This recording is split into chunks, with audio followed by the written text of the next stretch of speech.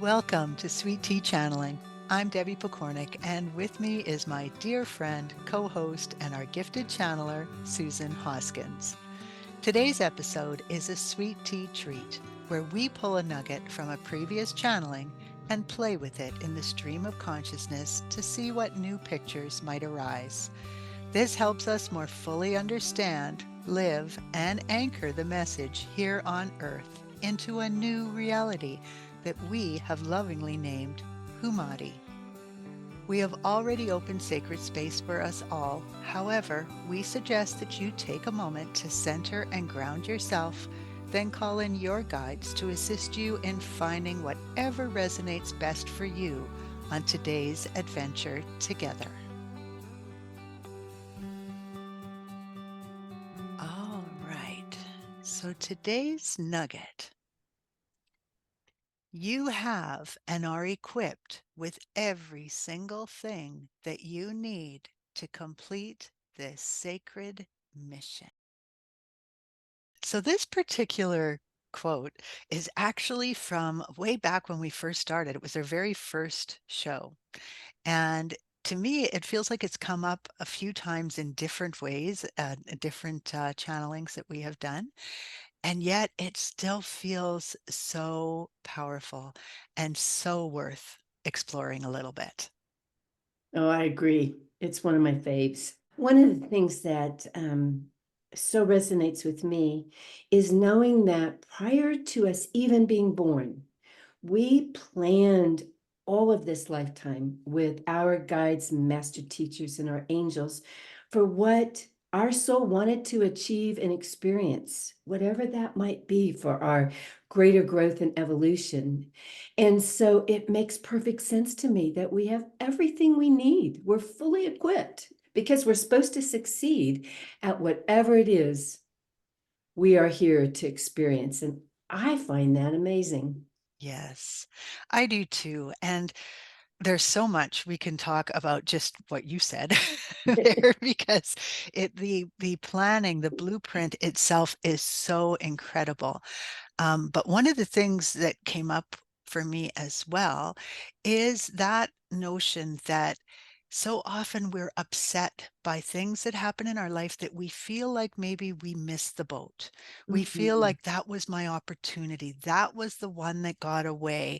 That kind of thinking. And in truth, it's impossible for that to happen, right? Everything Exactly. you need is provided for you so that you can do what you've come here to do. Exactly. Yeah. Every opportunity, every person, every circumstance, and most importantly, we're already equipped with the wisdom we need and with the talents and gifts we need to share in whatever way we've designed to share it. Yes. So let's talk about how that would look in Humari. Oh, I love that idea. Humadi is a consciousness where our our job is not to necessarily have to go and take classes to find a skill to make a living. Quite the opposite. Our beloved task is to go within and become aware of what our gifts are, what we love to do, what we just makes us come alive when we're sharing it with one another. Yes. That's how I see this working in Humadi, and being able to recognize the gifts in someone else that they're Yes. sharing with us. And oh, what an exchange. What a beautiful exchange.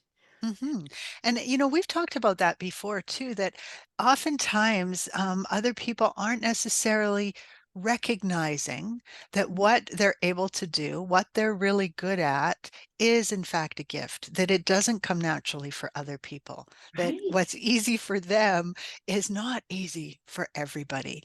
And I love the idea of just really bringing that out in people and really helping them to see that that is a gift, that is something that you're good at that doesn't come easily to a lot of people. Well, I love that. That's a signal. If we're loving it and it comes naturally and easily, that is part of our innate gift. Mhm. You know, there's that challenge for parents because there's two sides of it. One side is that if your child's really good at something, there is a really strong pressure from the rest of the world to say if they're good at it, then they should follow that, that's what they should do. And the other piece is that just because you like something and you're good at something doesn't mean that that has to be your focus forever.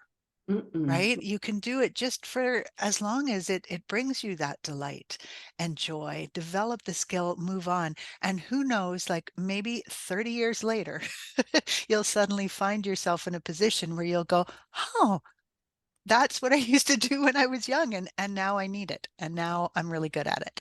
Well, I think you brought up a beautiful point, and that is, you're right. There are things that we might be good at. There are things that people might think we're really good at, right?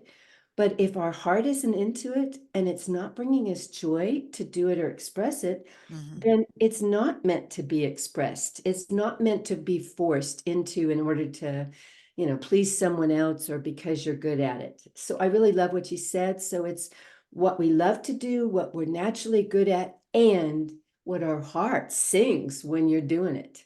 Yes. Yes. Yeah. And then the one other piece that I would add is that as you're going through your trail in life, there might be things that come up that you don't necessarily love, but you can see the value of the skill. I think both you and I have talked before about the value of typing. And of course, now in this computer age, I'm sure anybody younger than 30 is going, what do you mean? Like everyone has to be able to type. But when we were young, typing was not something that everybody learned how to do or was good at. And yet you and I were quite naturally led through work to Mhm. have to be good at typing. And now today, I mean, we do a lot of typing. Yeah, so there are clues everywhere. There are clues everywhere as to what our real soul's mission purpose is. And we are given the opportunities along the way to become even more equipped to do it. That's a great point. Yes. Yes. And just for the record, I'm not saying that typist is our soul's mission. Oh, gotcha. Ready to join us live on these calls? Send us an email at info.hoomadhi, that's HOOMADHI @gmail.com. We'd love to have you play with us.